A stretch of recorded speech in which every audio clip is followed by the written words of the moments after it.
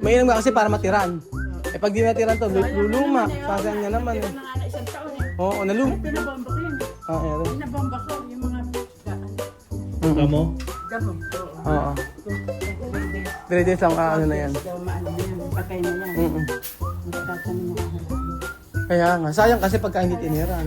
Eh, Kaya mga plastic. bingo. Oo, kasi may si mama tuwing Thursday yun ang libangan ng mga klase. Ay, si mama ang mag-bingo. Pwede kayo dyan, no? Oo, dyan. Good morning! Good morning! Good morning guys! Welcome back to our YouTube channel. Magandang umaga po. Hindi talaga okay yung ganong intro. Magandang araw po sa inyo mga kababayan ko. Ako po si Kuya Raul.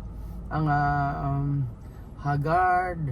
Hagardo Versosa. For today's video mga amigo, nga. May issue yung yung bahay na tinira nila Chamame. May issue, ang laki ng issue mga amigo. Hindi naman nila kasi naasikaso eh. Ilang beses na. So, halika, ano ko po sa inyo mga amigo, sabihin ko po sa inyo. Kasi, yung tinira Chamame ay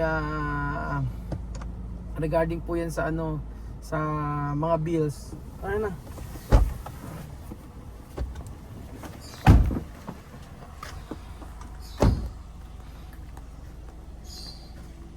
Ha? Tapos kinanay mo sa alawa?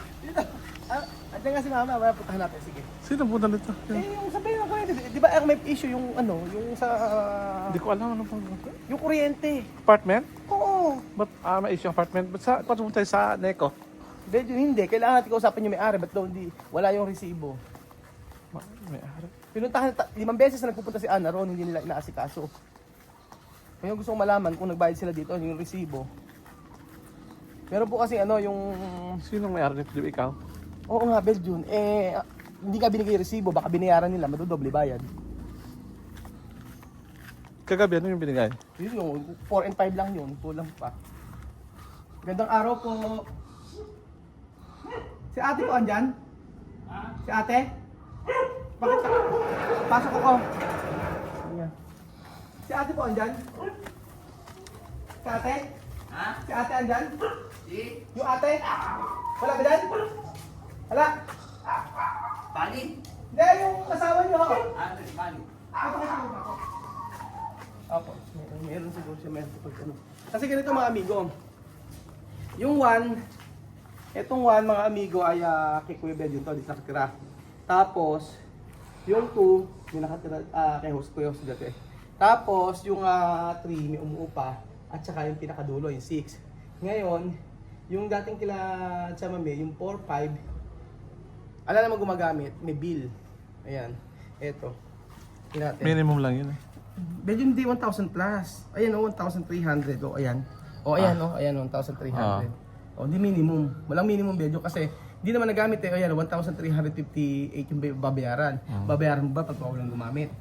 Di ba ganun? Nag-report na si Ana. 5 beses na pabalik-balik doon ayaw nila asikasuhin. Sasabihin okay, ayusin. Tapos hindi pa rin nila inaayos. Ngayon, ang gusto ko malaman kasi yung number 6 ay wala po dyan. Ayun, yung number 6 kasi wala yung resibo. Ate, magandang umaga. Nasaan niyo po ba yung resibo? Yung resibo, dinala ko kagabi. Yung 4 and 5 lang yun, yung wala yung 6. Yung 6, binayaran ko na po. Ayun, yun yung sinasabi. O, yung 6 nga. Nabayaran ko na po yun. Opo, ikaw na magbabayad doon. Apo, O, sige. binayaran ko. Hindi po, yung 1.5 yata yung isa. Dito po yata dito sa 5. Tapos yung isa. Binayaran ko na. Opo, pero basta ba sa inyo? Sige po, basta po yung... Bill ba yun o wala? Apo, basta may dalawa po kasing issue. Yung isa, eto kasi 39 pesos, okay lang yun eh. Pero kasi 1.5, isa 1. Minsan pag may dadating bubuksan ilaw. Oo, yun. O 39 pesos, okay lang yun. Pero kasi ito, 1.5, isa 1.7. Eh, laki, 3,000 plus. Wala namang gumagamit. Kaya nga, yun ang inaano namin.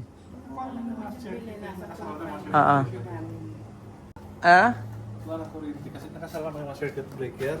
Oo nga, kaya nga i-report natin.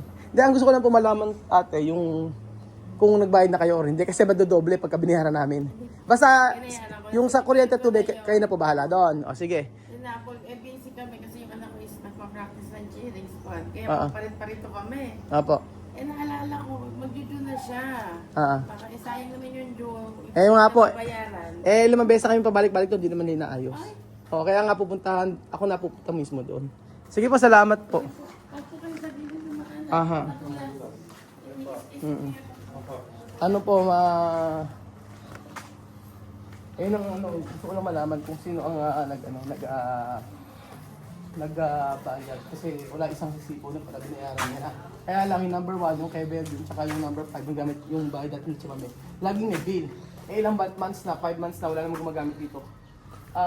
Siyempre, sayang naman, abutin ng 3,000 kung babayaran ko.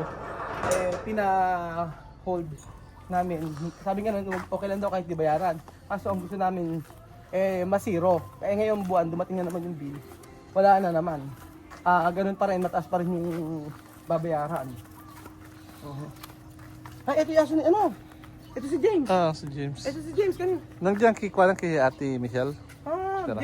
James. Oh, kilala ako. Laki na eh. Aso ni Vivian. So, ayun po mga amigo. Pupuntahan ko. Kasi meron kami tagabayad ng ng kuryente. Ngayon, binibigyan na lang namin ng ang pamasahe kasi lahat ng siya nagbabayad lahat. So, ayun po. Punta si mama eh. Lilipat na kasi si mama dito. Eh, ewan ko ano ginagawa. Ngayon naayos na yung gamit. Dito lilipat sila mother. Eh, naglilinis ata. Ganda mo oh. Dami na damuhan dito. Alar!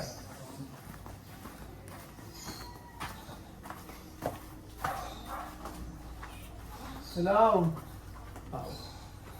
Ama! Hindi na piwa.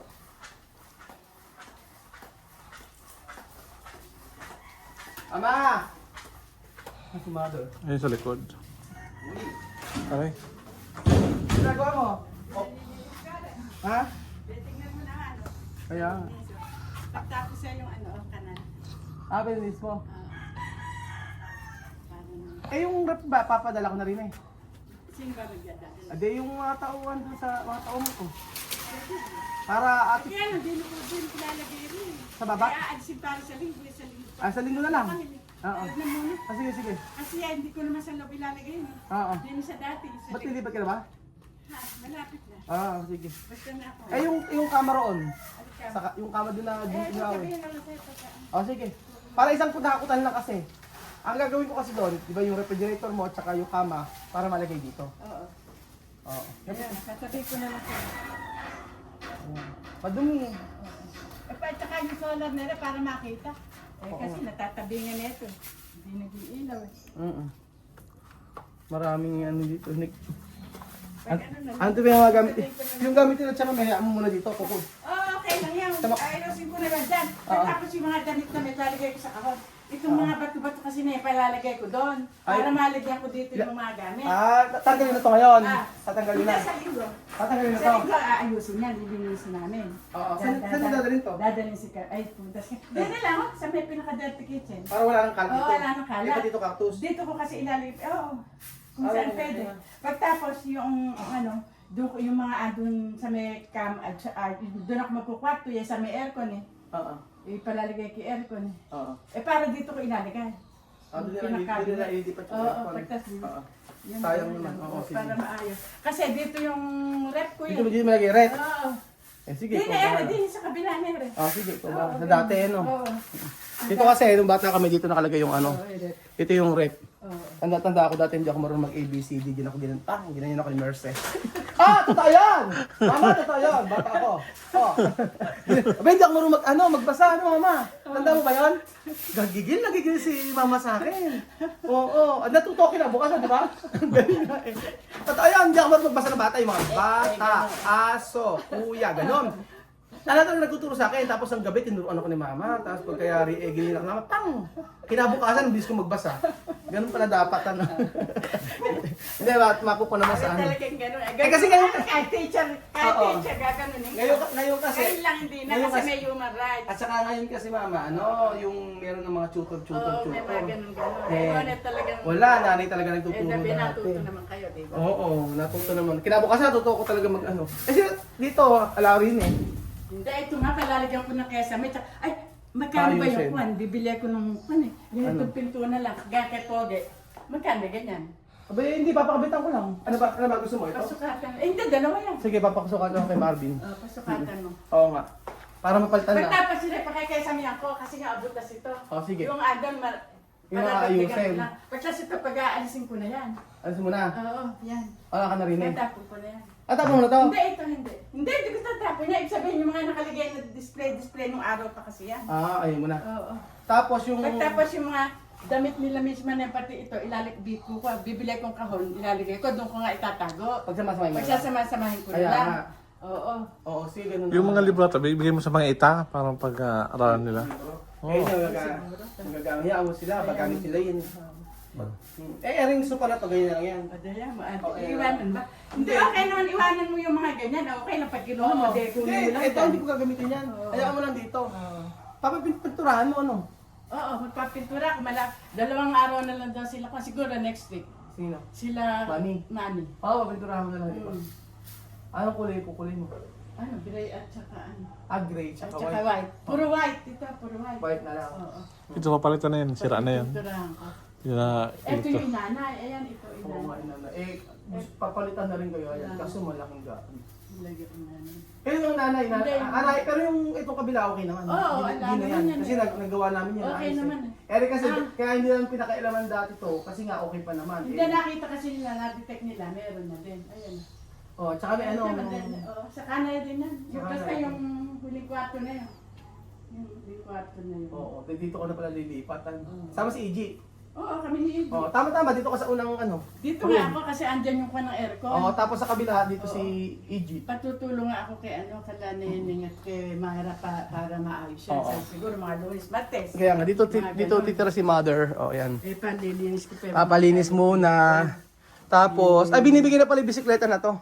Bigyan mo kila yung anak ni Kuya Pogi. Oo, ayan mo muna. Pakuha mo. Ay, maliit pa yun eh, baka lagi lang kuha. Oh, binibigyan na yan. Oo. Tapos, Papa- dito ka na ngayon. Oo. Oo, tapos sa kabila si Luigi, yung pamangkin Luigi sa ko. dulo. Sa dulo si Luigi. Kaya pakikasama ko. Pero pansamantala, siguro dito na lang muna. Dito si EG maganda, Oo. mama. Oo, ayan. Dito na lang muna. Dalawa si EG rito. Tapos meron pa siyang mga cabinet dyan. Oh. Eh, may sarili Oo. na aparador dun si AJ. Itatanggalin mo. Oo. Kaya, Iya, ano ko lang, yung mga damit na nandun na sinako, Ah, diyan ko na lang ilalagay. Kaya- Meron naman kami sarili ni AJ na tag-isa kami. Dalawa ang aparador ko doon. ako kunin na rin parador doon. Oo. Hindi, pagkakuha na lang yun. Tapos yung Internet, pakabit na natin sa ano. Oo nga, pinatanggal ko kasi internet eh. Pwede naman niya kabit. Oo. Sige, sabihin mo sa akin kung kailan. Sa mga, Oo nga, at least meron ka internet dito. parang ano, sa mga kahit mga, Kaya na ni Princess doon na. oo. May nga kasi para matiran. Oo. Eh pag di natiran to, Sayang na luluma. naman eh, oo Sasayang nga, niya naman natira eh. na nga na isang taon eh. Oo, nalum. Ay, pinabomba ko yan eh. Ere. Pinabomba ko, yung mga, ano, yun. Tamo? Damo, oo. Oo. 3 days. 3 days lang ano na yan. Daw maano na yan, patay na yan. Mm. Magtatanong ng halaman. Kaya nga, sayang kasi pagka hindi tiniran. Eh, Saka yung mga classmates ko. pang bingo. Oo, kasi may si Mama tuwing Thursday yun ang libangan ng mga klase. Ay, ni Mama ang magbingo. Pwede kayo dyan, no? Oo, Hindi, dyan. dito. Tsaka sa likod ka ganda. Sige. Oo, kahit lang. So, kaya ka pala nakitira dito para lang makapagbingo. Diyan ka na nga. Bye! gusto lang pala magbingo. Gigil na gigil. Gigil nga gil magbingo. So ayun ba mga amigo, kami pa balik na roon sa resort. At ang iniwanan ko na sa Mercy. Kasi ang mga matatanda talaga, si Mother ay nasa Canada dati. At pinababalik ng kuya ko. Nandikong ko. Kaso ayaw niyang bumalik. Iba rin kasi ang buhay dito sa Pilipinas kaysa doon. Doon mag-aalaga lang siya na po. Pero ngayon malaki na kasi yung mga apo niya ron. Pwede siya bumalik doon. Kaya lang ang problema ay hindi siya hiyang sa lugar. Gusto niya dito sa Pilipinas, sa ating mga kaibigan niya, nagbibingo sila, kwentuhan, mukbangan, ganyan po. Oh, yun ang kanyang libangan. ina-enjoy niya na yung kanyang life at the age of ano ba 6 si mama 70 75 ba?